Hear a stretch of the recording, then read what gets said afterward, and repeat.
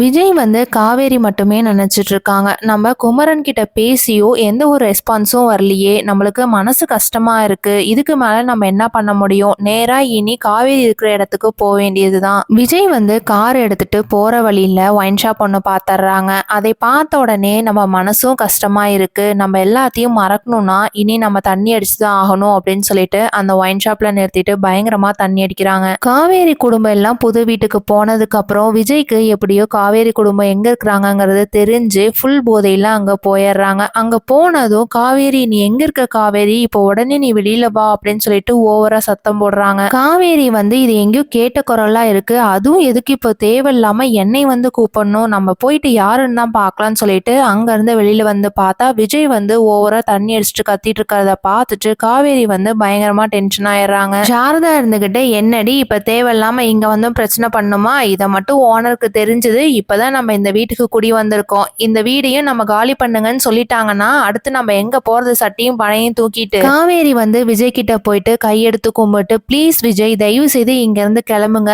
தேவையில்லாம பிரச்சனை பண்ணாதீங்க, எங்க அம்மாவுக்கு இன்னுமே நீங்க வந்து மனசை வெறுக்க வைக்காதீங்க. சாரதா இருந்துகிட்டு காவேரி இப்ப நீ உள்ள வரியா இல்ல நீயும் வெளியிலேயே இருந்துக்கிறியா, நான் வந்து கதவை சாத்த போறேன் அப்படின்னு சொல்லிடுறாங்க. காவேரிக்கு என்ன பண்றதுனே தெரியாம உள்ள போயிடுறாங்க. விஜய் வந்து என்ன முடிவு பண்ண போறாருங்கிறத வெயிட் பண்ணி பார்க்கலாம். தேங்க்யூ.